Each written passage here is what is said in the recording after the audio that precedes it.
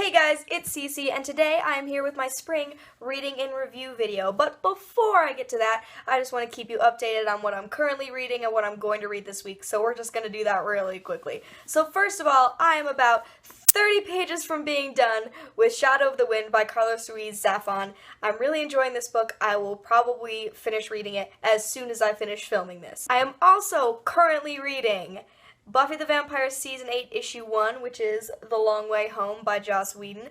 I have the first 3 issues of this from the library, so I will be reading those fairly quickly. I have read a couple pages of this so far. And as soon as I finish Shadow of the Wind later today, I will be starting my new book, Almost Like Being in Love by Steve Kluger, which I'm excited about. Okay, so that is what I'm currently doing. Also, another very exciting announcement. I am getting another one of these bookshelves at some point this week. And I'm so excited. It means that I don't have to stack my books on top of other books anymore. I get to just lay them all out in a row. I'm so excited. Yes, I know that that means I will be reorganizing my bookshelf for the 3rd time in a month. But a new bookshelf. Okay, anyway, spring reading in review. So this is a video where I am going to tell you all of the books that I read in the months of March, April, and May, and I will give you their star ratings, and then I will tell you what my top 5 books were that I read during the spring. My top 5 is going to be remarkably similar to my top 5 favorite books so far this year video that I did for Top 5 Wednesday, which I will link below, but I'm still going to talk about them, so oh well. Most of these books I don't have with me because I read them at school, but I have a couple physical copies, and we're just gonna put the pictures up here really quick while I talk about them.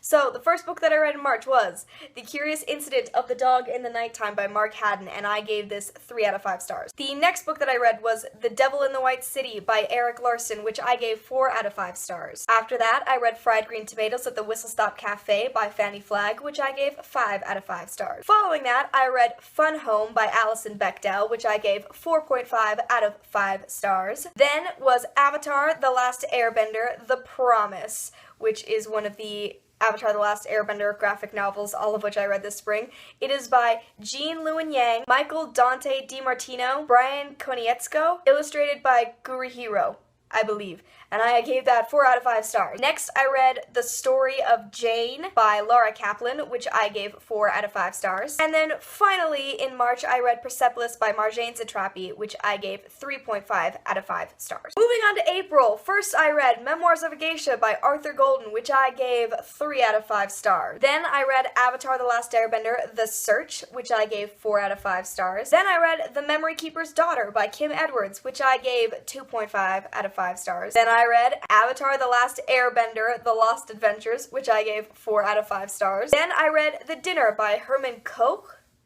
which I gave 2 out of 5 stars. Then, the last Avatar comic, I swear, I read Avatar: The Last Airbender, The Rift, which I gave 4 out of 5 stars. Then I read Saltfish Girl by Larissa Lay, which I gave 2 out of 5 stars. Then The Bermudas Triangle by Maureen Johnson, which I gave 5 out of 5 stars. After that, I read Aristotle and Dante Discover the Secrets of the Universe by Benjamin Alir Sayans, which I gave 4 out of 5 stars. After that, I read Scott Pilgrim vs. the World, which is the 2nd Scott Pilgrim graphic novel by Brian Lee O'Malley, and I gave this one 3 out of 5 stars. After that, I reread A Wrinkle in Time by Madeleine L'Engle, which I gave 4 out of 5 stars, maintaining my previous star rating. After that comes May. In May, I started out reading Dark Places by Gillian Flynn, which I gave 4 out of 5 stars. After that, I reread Eragon by Christopher Paolini, which I gave 4.5 out of 5 stars. Next, I read Throne of Glass by Sarah J. Maas, which I gave 4 out of 5 stars. Then I read Me and Earl and the Dying Girl by Jesse Andrews. I gave this 4 out of 5 stars. Afterwards, I read Crown of Midnight by Sarah J. Maas, which I gave 5 out of 5 stars. Next, I read None of the Above by I.W. Gregorio, which I gave 5 out of 5 stars. Then I read All Girls and Twilight Lovers by Lillian Faderman, which I gave 3 out of 5 stars. Then I read Boxers by Gene Luen Yang, which I gave 4 out of 5 stars, followed by Saints by Gene Luen Yang, which I also gave 4 out of 5 stars. Whew, and that is all of the books that I read over spring. 26 books. Now I'm going to go over my top 5. Again, 4 of these are the same as my top 5 video from earlier, so I won't talk about them as much. You can just go watch that video to hear me talk about them. But the one book that is different is number 5, and that is Fun Home by Alison Bechdel.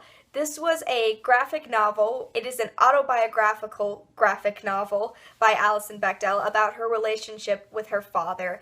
I read this for my contemporary women's lit class this semester and adored it. And after we read it, we got to go see the now Tony Award-winning Broadway musical Fun Home, which was incredible. I think Alison Bechdel is so truthful in her writing, and I wish I had the book with me, but the art is so beautiful to look at, and reading about her relationship with her father, I just felt she draws you so into it, and she makes you connect to her, and I think that it is just an incredible graphic novel and an incredible stage production. Just adding that in there, it was amazing. Number 4 was Crown of Midnight by Sarah J. Maas, which is the second book in the Throne of Glass series.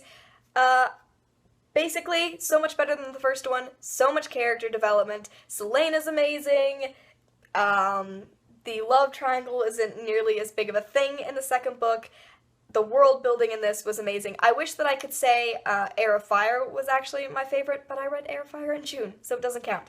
But Crown of Midnight. Number 3 was The Bermudas Triangle by Maureen Johnson, which was a contemporary young adult about 3 friends who are in their senior year of high school, and things are sort of changing for them. They've been best friends forever, and 2 of them get involved in a relationship, which sort of affects their friendship and how they've been interacting.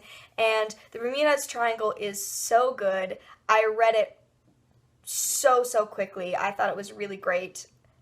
Fantastic book. Number 2 was None of the Above by I.W. Gregorio. Again, I've talked about this like 100,000 times. It is a young adult contemporary about a girl who discovers she is intersex. It is incredibly well written. Chrissy is a really good main character, and I feel like it addresses a lot of different things within the issue and within her friendships and her relationships. Her relationship with her dad is really great in this book. One of my favorite books so far this year. Absolutely. And finally, number 1, Fried Green Tomatoes at the Whistle Stop Cafe by Fannie Flagg.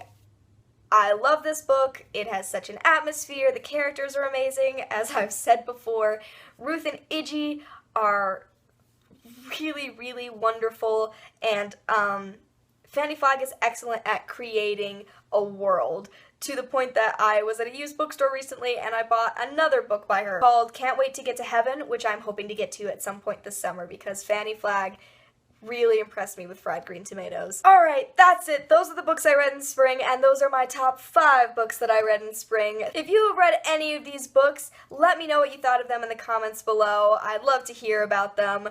I feel like I read some really good books this spring, and thank you for watching. I will see you in another video real soon. Bye!